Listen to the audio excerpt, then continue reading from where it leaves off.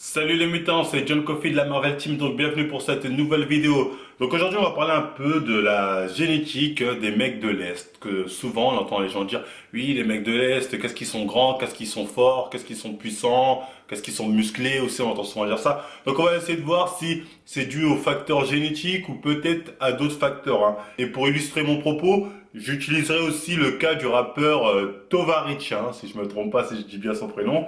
J'ai reçu pas mal de messages sur Instagram de personnes qui m'ont envoyé son compte Instagram. Et ils m'ont dit oui, qu'est-ce que tu penses de Tovarich. D'ailleurs, c'est comme ça que je l'ai connu, on va dire, ce rappeur. C'est parce que voilà, les gens m'ont envoyé, m'ont dit est-ce que tu penses qu'il est naturel, Tati, est-ce que c'est atteignable, c'est un mec de l'Est, c'est peut-être possible. Donc on va en discuter calmement, on va en discuter, vous inquiétez pas.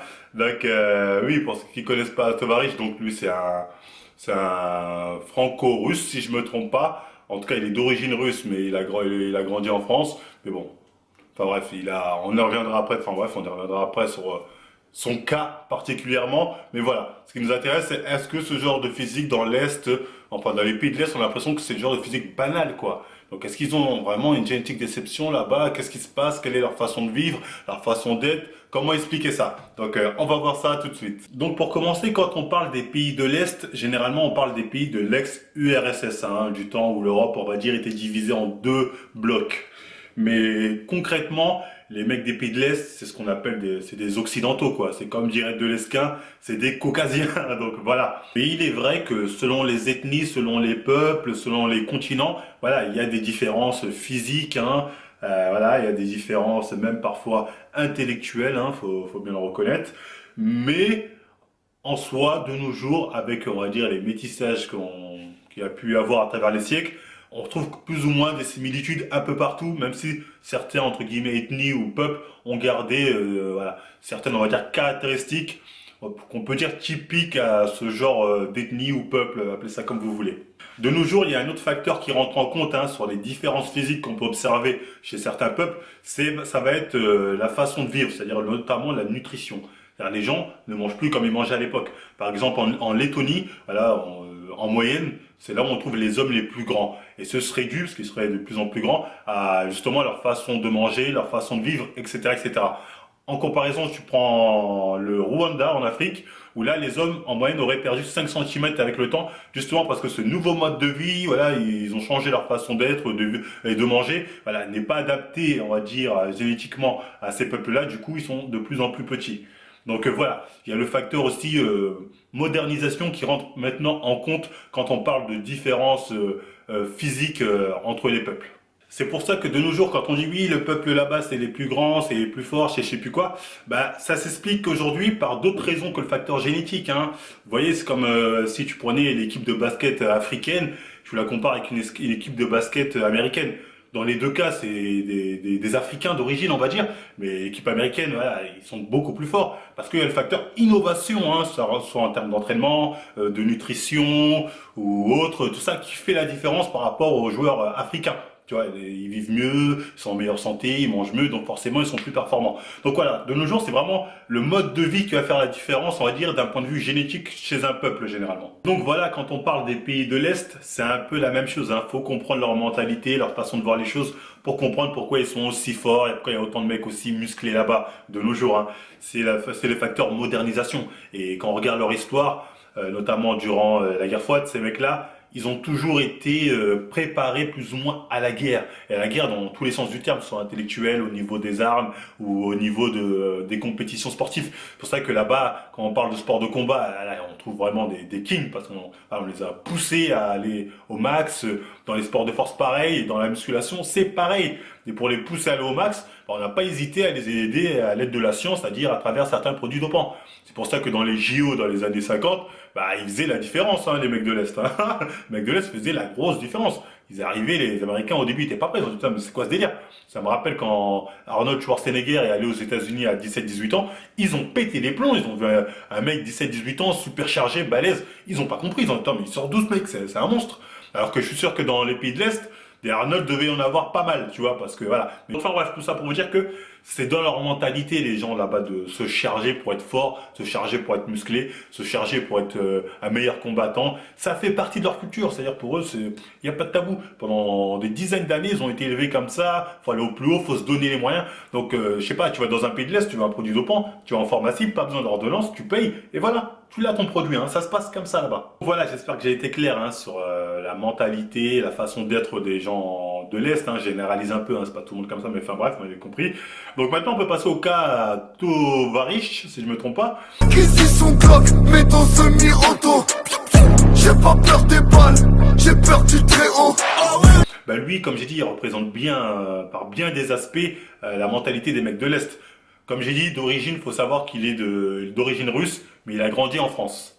Voilà. Mais ayant un pied en Russie, j'imagine qu'il a eu une éducation un peu à la façon pays de l'Est. Hein, tu vois, ça se sent, tu le vois de toute façon à travers ses clips de rap ou je ne sais quoi. Russian Polak, toujours Al, Slovak, Tchétchène, Sarafal, URSS, pays de l'Est, on fait que du sale. Certes, il a un côté hood du 9-3 qu'on voit bien aussi dans ses clips, mais il a aussi le côté de là-bas qui ne nie pas et qui l'assume. Donc ça m'étonnerait pas qu'il ait été élevé avec la mentalité des mecs de l'Est, hein, vu que ses parents sont de là-bas.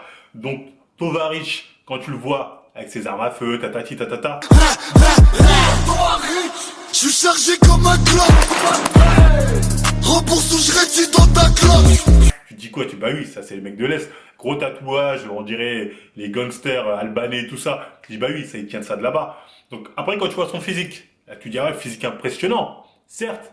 Et là tu peux te poser la question, ah, attends, mais est-ce qu'il est nachi ou pas? Quand tu connais la mentalité des mecs des pays de l'Est et que tu sais que Tovarich vient de là-bas, hein, donc pour savoir s'il est chargé ou pas, Tovarich, bon c'est assez simple, il suffit de regarder son physique et d'activer son Sharingan. Donc là, clairement, il a un physique qui est impressionnant, on va pas se mentir.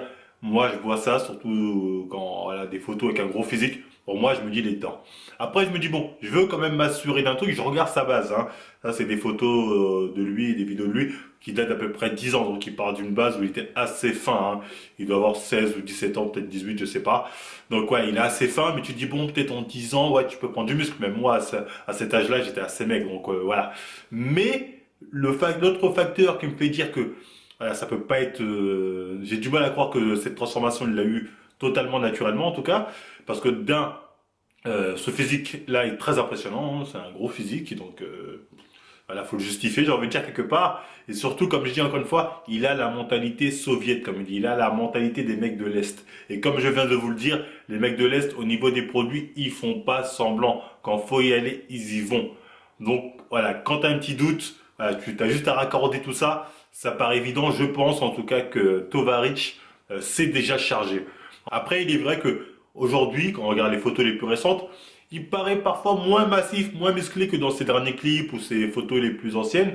Donc, je me demande si voilà, c'est peut-être pas un ex fruité comme on dit, un ex chargé. Il a peut-être dû faire des cures à un moment, au début, comme c'est la muscu ou en plein milieu, je sais pas. Enfin bref.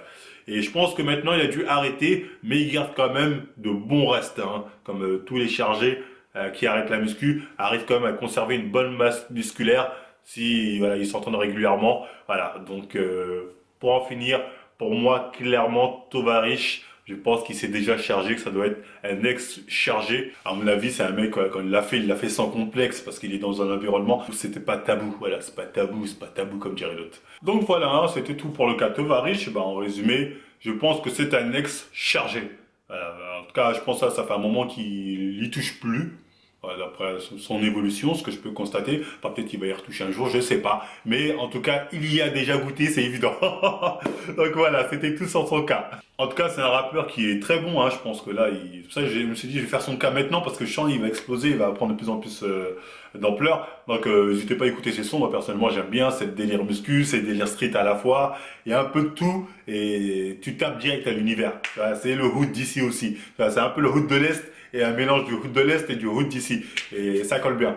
Donc, voilà, c'était tout sur le rappeur Tovarich, hein. Et sur la fameuse génétique des mecs de l'Est, à quoi c'est dû. Donc j'espère avoir été clair là-dessus. Donc maintenant oui, pour la prochaine vidéo, enfin pas prochaine mais qui reviendra dans 3-4 semaines, ce sera la vidéo sur la génétique golden de los blancos, de los gringos, des blancs. Donc je vais vous demander d'envoyer vos photos aux mecs naturels d'origine caucasien sur marvel.fitness-du-bas. envoyez-moi vos photos avec votre taille, votre poids, etc., etc. Et oui, les bodybuilders, surtout les chargés, je veux dire plus simplement, inutile d'envoyer vos photos. Hein. M'envoyez pas vos photos, j'en ai marre. Je vais pas vous sélectionner. Je vais dire un truc qui va être simple, comme ça évitera aux chargés de venir IFBB me dire ah si je suis naturel toujours. Oui, il y a des gens des fois qui font des compétitions qui sont naturelles.